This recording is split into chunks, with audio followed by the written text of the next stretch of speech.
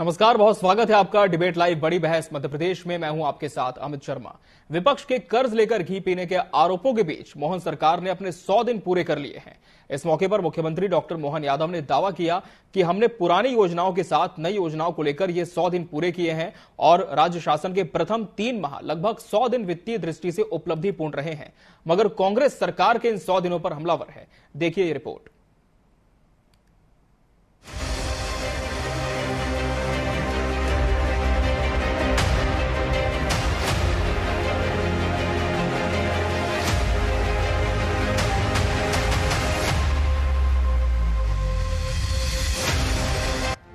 मध्य प्रदेश सरकार प्रदेश में अपने 100 दिन का कार्यकाल पूरा कर चुकी है। इन 3 महीनों को मुख्यमंत्री डॉक्टर यादव ने उपलब्धियों भरा बताया।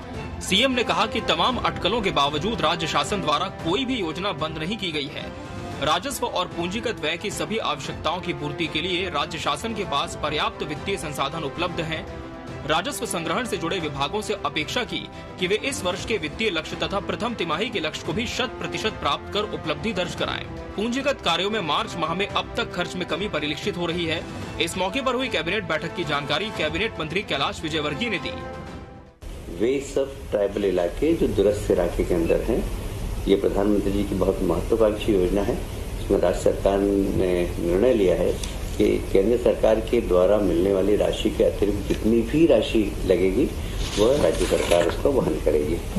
एक और महत्वपूर्ण विषय जो कि विश्वविद्यालय के जो कर्मचारी हैं उनको वेतन तो मिल रहा था 7वें वेतन आयोग से, पर उन्हें पेंशन 6ठे वेतन आयोग से मिल रही थी। इसलिए आज कैबिनेट ने निर्णय लिया है कि 7वें वेतन आयोग से उनको पेंशन मिले। ये विश्वविद्यालय के कर्मचारियों की बहुत पुरानी मांग थी।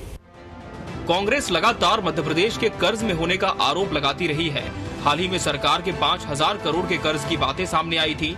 वित्तीय वर्ष 2023-24 में अब तक प्रदेश सरकार 30,000 करोड़ रुपए से ज्यादा का कर्ज ले चुकी है। 31 मार्च 2023 की स्थिति में सरकार पर 3,31,000 करोड़ रुपए से अधिक कर्ज है, जो ज्यादातर पिछली शिवराज सरकार के कार्यकाल में लिया गया। यदि वो ऐसा कह रहे हैं तो मैं उनसे कहना चाहता हूं कि सबसे पहले जो माननीय शिवराज जी ने हमारी प्रदेश की बहनों से वादा किया था कि सरकार बनते ही 3,000 रुपए हर बहनों को देंगे, तो उसको पूरा करें। जब वित्तीय कोई समस्या है ही नहीं तो बहनों के साथ इस तरह का छलावा क्यों? इस पे तो सबसे पहले इस पे उनको जो वादा किया उसको सबसे पहले निभाना चाहिए। साथ ही साथ जो हमारे किसान साथियों के साथ जो बात एमएसपी की बात की गई थी उसको भी पूरा करना चाहिए कि 27 रुपए प्रति क्विंटल गेहूं की खरीदी हो, 31 रुपए प्रति क्विंटल धान की खरीदी हो। ऐसा क्यों नहीं हो रहा है? इसका जवाब भी फिर माननीय मुख्यमंत्री जी को देना चाहिए। हालांकि मुख्यमंत्री डॉक्टर मोहन यादव ने कहा है कि सूबे में वित्तीय संसाधनों का किसी प्रकार का अभाव नहीं होगा। उन्होंने कार्यों की गति और उन्हें पूर्णता तक पहुंचाने के लिए सघन मॉनिटरिंग पर जोर दिया। इससे सरकार की परफॉर्मेंस जनता के सामने आएगी और विभागों की अपनी साख भी बनेगी। मुख्यमंत्री का तो सरकार मालामाल, कांग्रेस ने क्यों उठाए सवाल, आज इसी विषय पर हमारी चर्चा होगी, जिसके लिए हमारे साथ खास मेहमानों का पैनल भी जुड़ चुका है। हमारे साथ बीजेपी से पैनल में मौजूद है अजय सिंह यादव जी। अजय जी, आपका बहुत बहुत स्वागत है। कांग्रेस प्रवक्ता हृदय किरार जी इस चर्चा का हिस्सा है। हृदय जी, आपका भी बहुत बहुत स्वागत है। वरिष्ठ पत्रकार द्वारकाधीश चतुर्वेदी जी भी हमारे साथ जुड़े हैं। द्वारकाधीश जी, आपका भी बहुत बहुत स्वागत है। अजय सिंह जी, सबसे पहले आप ही से शुरू करते हैं। 100 दिन किस तरह से सरकार के रहे? कांग्रेस ये कह रही है कि सरकार ने तो केवल घी पिया है कर्ज लेकर, लेकिन आप किस तरह से सरकार के इन 100 दिनों को देखते हैं, 3 माह की उपलब्धियों को देखते हैं? देखिए, मध्य प्रदेश में डॉक्टर मोहन यादव जी के नेतृत्व में जो सरकार चल रही है, ये पूरी तरह सेवा, समर्पण और सर्वस्पर्शी विकास के 100 दिन है, जिसमें समाज के सभी वर्गों को कहीं ना कहीं लाभ मिला है और जनता के ऊपर किसी तरह का कोई भार नहीं डाला गया है। अगर हम अलग अलग पैमाने पर देखें तो जिस तरह से किसानों से प्रारंभ करें तो किसानों को गेहूं के समर्थन मूल्य पे 125 रुपए का बोनस मोहन यादव जी की सरकार ने दिया। किसान कल्याण की राशि मोहन यादव जी की सरकार ने दिया। कृषि बीमा मोहन यादव जी की सरकार ने दिया। मध्य प्रदेश में गौ रक्षा के लिए गौ रक्षा वर्ष मनाया गया। साथ ही गौवंश के लिए जो चारे पे अनुदान मिलता था 20 रुपए से बढ़ाकर सीधा 40 रुपए कर दिया गया, जो कि एक बहुत बड़ी उल्लेखनीय पहल है। साथ ही तमाम तरह के धार्मिक आयोजन हो, चाहे धार्मिक कार्यक्रम हो, उनके लिए काम किए गए। राम वनगमन पथ के लिए भूमि पूजन किया गया। साथ ही अन्य जगहों पे उज्जैन में हो चाहे ओमकारेश्वर हो, सभी जगह योजनाएं की गई। तेंदुपत्ता के संग्रहण में भी 300 रुपए की राशि बढ़ाई गई। आदिवासियों के लिए, दलितों के लिए, सभी के लिए कोई ना कोई योजना इस 100 दिन के अंदर दी गई। इसलिए ये सेवा, समर्पण और सर्वस्पर्शी 100 दिनों की उपलब्धियां हैं और मोहन यादव जी की सरकार मध्य प्रदेश को विकास के नए आयाम छुएगी। हृदय जी, मोहन यादव जी की सरकार विकास के नए आयाम छू रही है। बीजेपी लगातार इस बात को दोहरा रही है, लेकिन कांग्रेस फिर क्यों कह रही है कि वित्तीय प्रबंधन नहीं हो पा रहा है? सरकार जो है कर्ज पे कर्ज लेते जा रही है और कर्ज लेकर घी पी रही है। हृदय जी, सरकार कर्ज ले रही है, ऊपर से प्रोपोगंडा कर रही है कि हम लोग आय में कम, मतलब कभी कोई भी कमी नहीं छोड़ेंगे, हर चीज उपलब्ध कराएंगे। तो फिर आज है ना, किसानों को क्यों नहीं उनका एमएसपी मिल पा रहा है?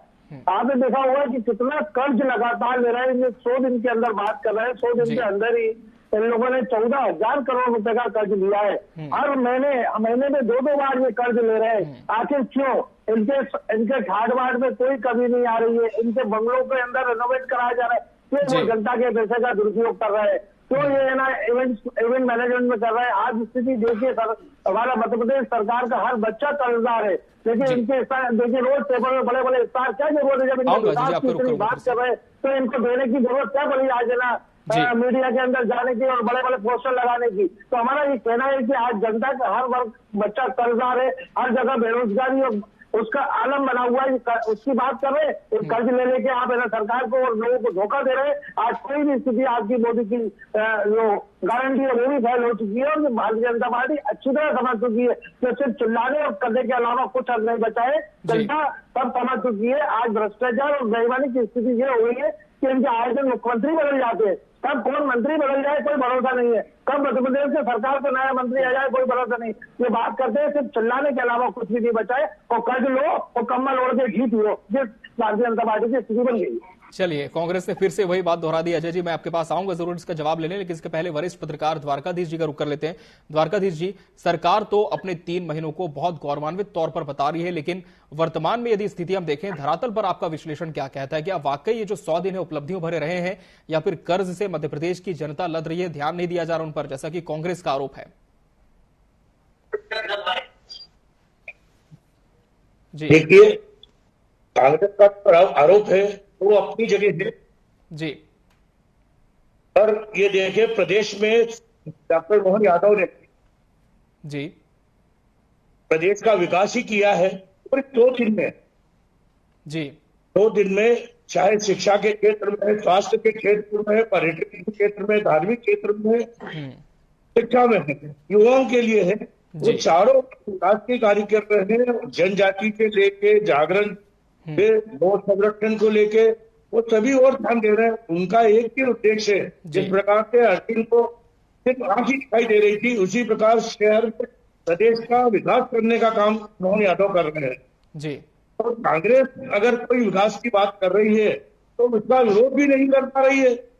और देखिए, आप प्रदेश में 29 लोकसभा सीटों में जी भाजपा ने अपने उम्मीदवार घोषित कर दिए हैं, कांग्रेस अपना उम्मीदवार भी घोषित नहीं कर पा रही है और न ही कांग्रेस जो है उस विकास को लेकर विरोध कर रही है। आप देखिए, उज्जैन में 40 दिवसीय जी विक्रमोत्सव चल रहा है, उज्जैन में व्यापार मेला चल रहा है। प्रदेश में मात्र ग्वालियर में ही व्यापार मेला होता था जिसमें रोड टैक्स की छूट मिलती थी। आज उज्जैन में रोड टैक्स की छूट मिल रही है और 4 पहिया वाहन और 2 पहिया वाहन जी हजारों की तादाद में बिक रहे हैं, जिससे सरकार आई हो रही है। व्यापार मेला देखें, चाहे जी आप देखें 9 अप्रैल को दीपक जलाने की बात कही है जी।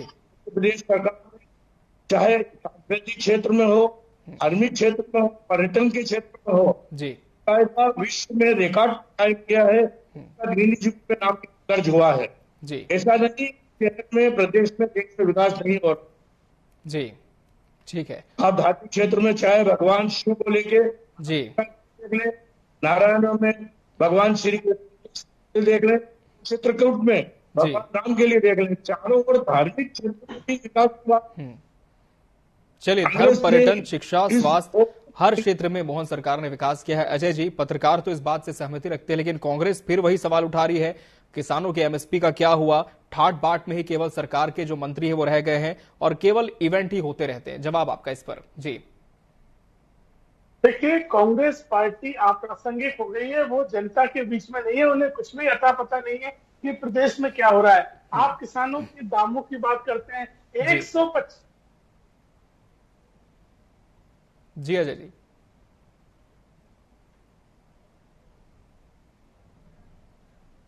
चलिए अजय जी से फिर से संपर्क करने की कोशिश करेंगे। हृदय जी, जैसा कि वरिष्ठ पत्रकार द्वारकाधीश चौधरी जी कह रहे हैं कि विकास तो हुआ है, हर क्षेत्र में मोहन सरकार ने ध्यान दिया है, भले कर्ज लेकर धरातल पर काम किए हैं, लेकिन वो जनता के लिए किए हैं। क्या इस बात से आप सहमति रखते हैं कि काम तो हुए हैं?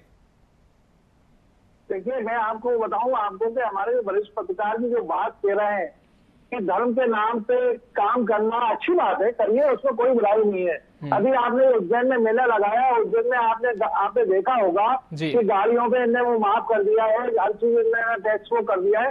लेकिन मैं इनसे, हमारे वरिष्ठ पत्रकार जी से पूछना चाहता हूँ कि क्या आपने देखा होगा कि कोई 10 लाख से 1 करोड़ की गाड़ी खरीदता है तो उसका लाइसेंस पूछा जाता है कि आपके लाइसेंस है कि नहीं है?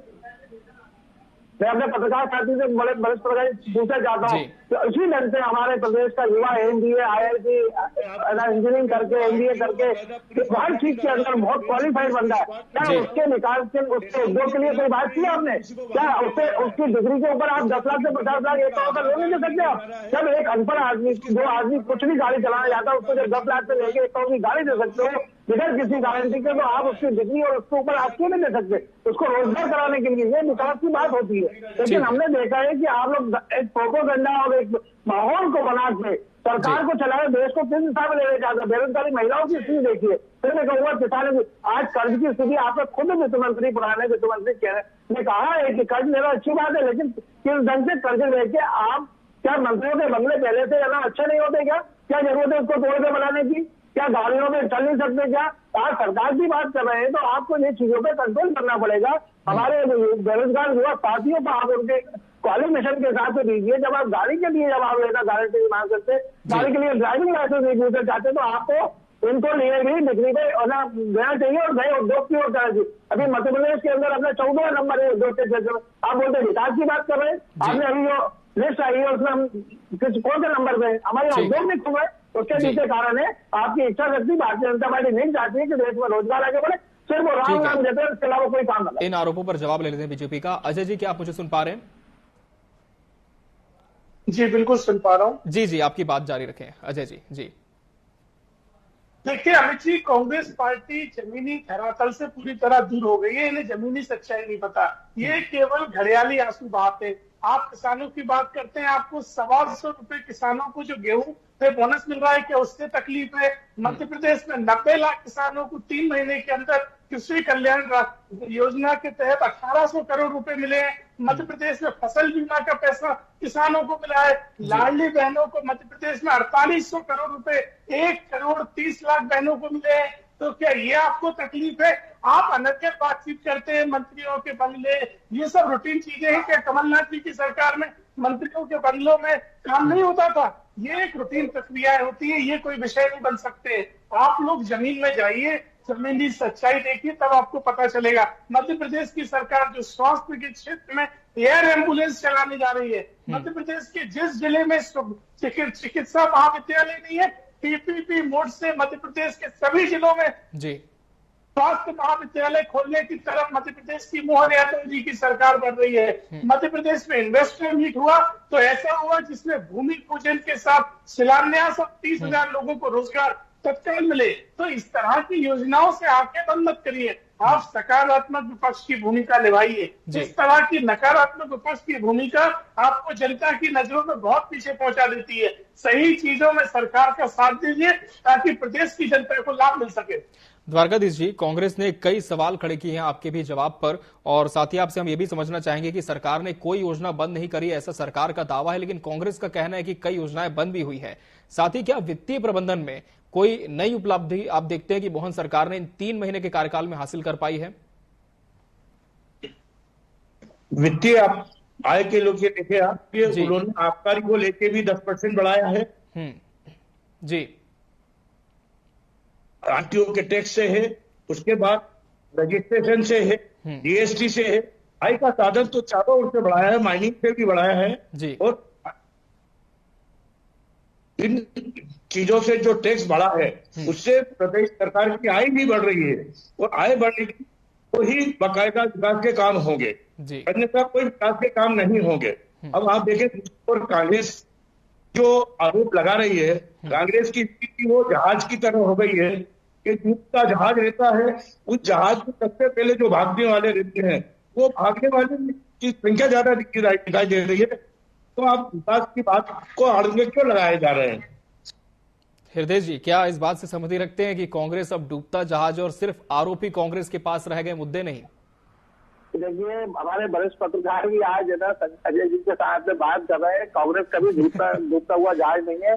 कांग्रेस वो वट वृक्ष है जिसके नीचे हजारों लोग आके निकल गए हैं। ये वो लोग हैं जिनको क्या नहीं मिला।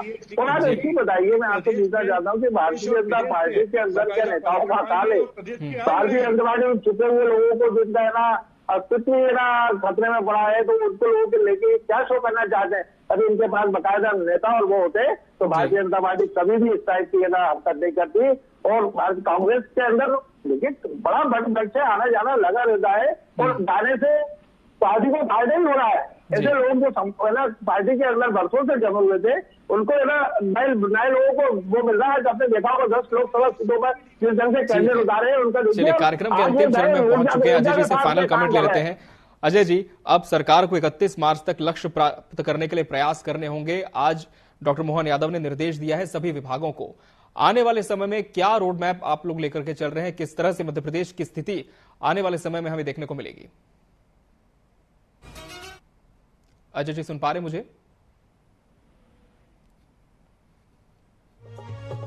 एक वर्ग को सर्वस्पर्शी विकास के रास्ते पे लाना और जिस तरह से 90 दिनों की उपलब्धियां है, यही क्रम आगे बढ़ेगा। मध्य प्रदेश में स्वास्थ्य, चिकित्सा, चाहे किसान हो, चाहे माताएं बहनें हो, चाहे धार्मिक मामले हो, सभी मामलों में इस 90 दिनों में सरकार ने अपनी छाप छोड़ी है और यही सिलसिला आगे बढ़ेगा।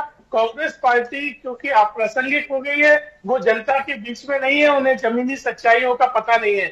लेकिन प्रदेश की जनता सभी तरह से इस सरकार से खुश है और सरकार के कामों को आगे बढ़ाने के लिए जनता पूरी तरह हमारे साथ है। चलिए, तो जनता के कामों को आगे बढ़ाने के लिए जनता खुद सरकार के साथ है। बीजेपी का दावा है सरकार पूरी तरह से मालामाल है, लेकिन कांग्रेस के अपने सवाल हैं। आज इस विषय पर हमने चर्चा की। इस चर्चा के लिए आप तीनों का बहुत बहुत धन्यवाद, इसमें शामिल होने के लिए, इसका हिस्सा बनने के लिए। और इसी के साथ बड़ी बहस डिबेट लाइव मध्य प्रदेश में आज के लिए फिलहाल इतना ही। कल हम फिर हाजिर होंगे किसी बड़े विषय के साथ। तब तक के लिए मुझे और मेरी टीम को दीजिए इजाजत। नमस्कार।